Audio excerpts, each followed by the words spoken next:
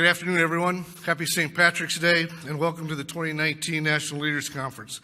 My name is Paul Wenger, and I currently represent Zone 6 on the NAESP Board of Directors. I've been a member of NAESP and the School Administrators of Iowa for the past 19 years. During those 19 years, I served as Vice President, President-elect, and President of the School Administrators of Iowa. At the national level, I have served as a state rep, Federal Relations Coordinator, served on the Nominations Committee, served on the Membership Committee, and most recently on the Board of Directors. I've always been committed to principal leadership in our profession. I've been the proud principal of 2 elementary schools the past 19 years. I was a 4th grade teacher for 13 years and enjoyed coaching varsity boys basketball and varsity girls softball before I was given the opportunity to become a principal.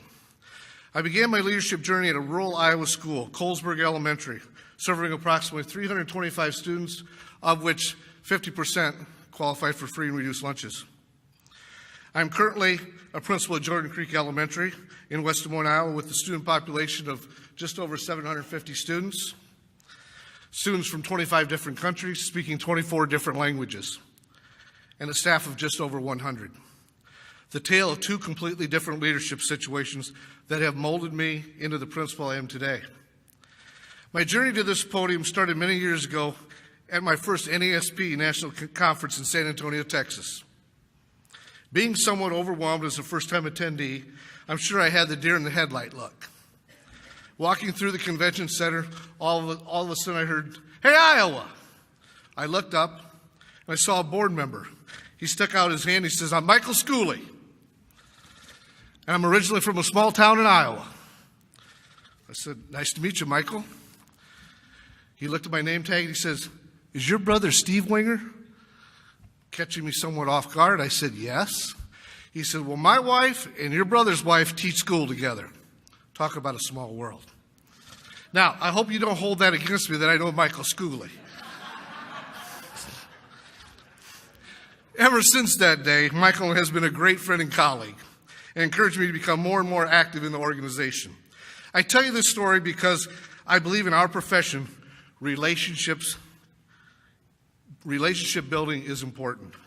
Effective leaders broker all kinds of relationships to get the job done, with kids, with parents, with central office, with colleagues, with community members, with legislators, and the list goes on and on and on.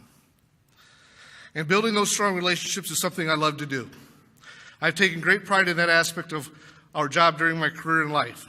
As I look out in this room full of principals and executive directors, I'm fortunate to have developed many great relationships with many of you, and also with many of the people that have sat in those same seats over the past 12 years. All of them helped me to grow to be a great leader. I believe building strong, healthy relationships will be important to the next vice president. It requires 3 important components: trust, honesty, and communication. You will need to trust that your next vice president has your best interest and the best interests of NAESP in mind every single day of service. Trusting someone means you see them as reliable, you have confidence in them, and you feel physically and emotionally safe with them. Trust is something that 2 or more people in a relationship develop together when they decide to have faith in each other. This comes into play when dealing with other organizations, the board of directors, executive team, and most importantly, you, the members of NAESP.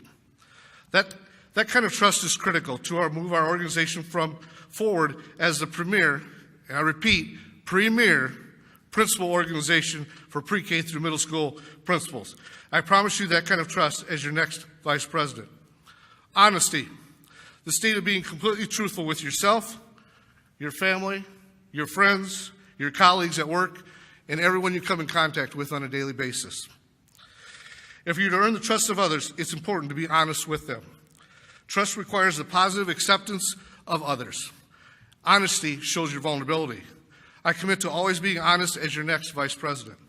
Finally, effective communication can be the difference between success and failure as a leader.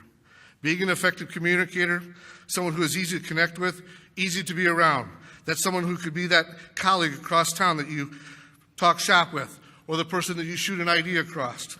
The kind of leader who can easily talk to a child, a parent, a board member, a legislator, or another national leader. That easy-to-talk-to leader will serve you and our association well in the coming years. As your next Vice President, I want to be that leader, that relationship builder, the one who is honest, the one who is trustworthy, and the one who is committed to effectively communicating with others on your behalf.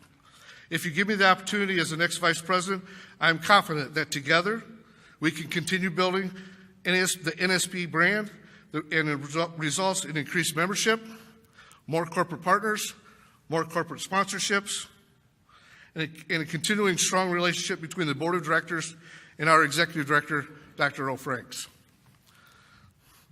I hope you choose someone who is honest, trustworthy, an effective communicator, someone who will be focused on building strong relationships on behalf of principals across the nation. That will be important if we expect to significantly impact the next generation of leaders and students. I would be honored and humbled to be that someone and receive your vote as the next Vice President of NAESP. I will be that straightforward communicator focused on building quality relationships for the good of NAESP and you. Thank you very much.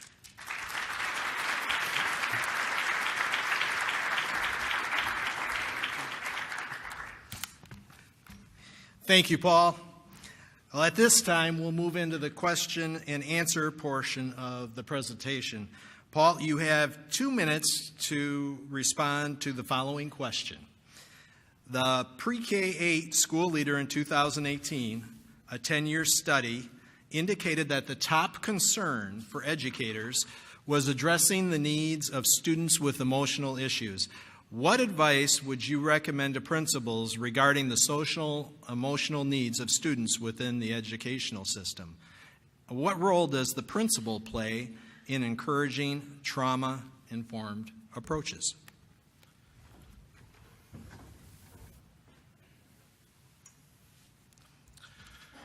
I would tell principals that research shows social-emotional learning not only improves achievement by an average of 11 percentage points, but it also increases pro-social behaviors such as kindness, sharing, and empathy. It improves student attitudes towards school and reduces depression and stress among our students. Effective socio-emotional learning programs involve classrooms, schools, families, and community practices that help students develop a self-awareness, self-management, social awareness, relationship skills, and responsible decision-making. The principal plays a vital role in making sure that trauma-informed approaches are woven into the school, along with other initiatives such as bullying prevention, PBIS, Leader in Me, but these cannot be taught in isolation. A principal must balance action and reflection. We must give time for planning to our staffs, and also building time for reflection to assess where things are going well and where different action is needed. We must develop a shared vision. We must create a shared purpose and create a learning community among our staff. Each staff member needs to be part of the work and take ownership of that work. We must tap into the power of the professional learning communities. Teachers need to know that they have support from each other, but even more important is the support and partnering with our parents. We must foster collaboration. One of the best ways for principals to foster collaboration is to give our staffs the gift of time. We need to set aside time during our PLCs so staff can share and discuss what is working well or what is not working well. And we must value inquiry. We must value what we are hearing from our staffs, such as what are the next steps needed or is additional professional development needed. By following these 5 actions, we as principals can create a safe and supportive environment with high, consistent, and clear student expectations that can advance, support, and move the work forward in creating a trauma-sensitive, safe, and supportive school. Thank you.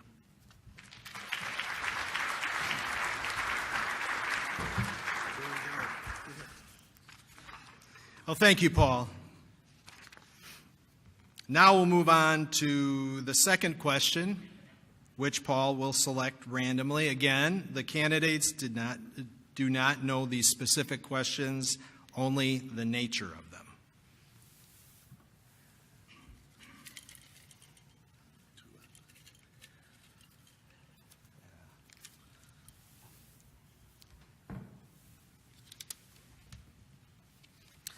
All righty. The pre-K-8 school leader in 2018, a 10-year study, indicated the average number of reported hours per work week has increased steadily over the past 90 years, from 44 hours in 1928 to 56 hours in 2008 to 61 hours in 2018. What advice would you give to new principals, but also veteran administrators, in regard to creating a better work-life balance?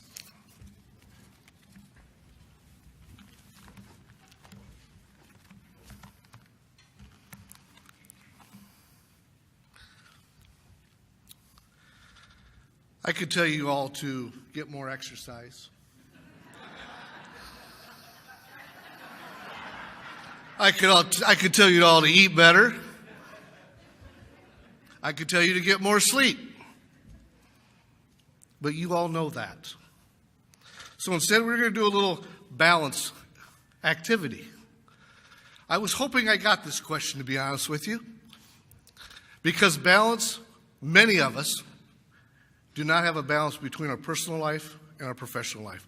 Just as the numbers that Mr. Cardwell said, it's keeping increasing numbers in our professional life.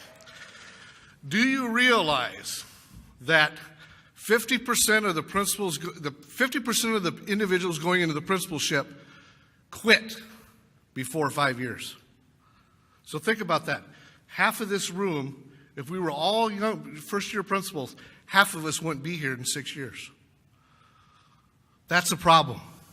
That's the problem that we have to work with together as veteran principals. We have to work with the young principals. So what I'm going to ask you to do is we're going to start getting balanced today, right now, all of us, because we can all get a little more balance in our life. How many of you have one of these? Raise your hand. Okay, take it out. I'm going to challenge you. Most of you are sitting with someone from your state. If you are not, it's time to make a friend. Okay? This will be your accountability partner. Shut your phone off. Shut it off. Don't put it on mute. Don't put it on vibrate. Shut it off. Now, here's your challenge. If you really trust that friend of yours, give them your phone. Well, I guess we found out who has friends here. If you don't feel comfortable giving up your phone, and I understand that, what I want you to do is, until the end of the reception, this is not that long, it's till 7:30, maybe 8 o'clock. Do not look at this thing. Do not answer an email. Do not answer a text. Do not tweet. Don't do anything except leave it in your pocket, leave it in your purse. You all deserve time away from school. It starts right now. For the next hour, hour and 15 minutes, you have no school concerns. You have no family concerns. All you have to do is have fun with your fellow principals, executive directors. You get balanced right now.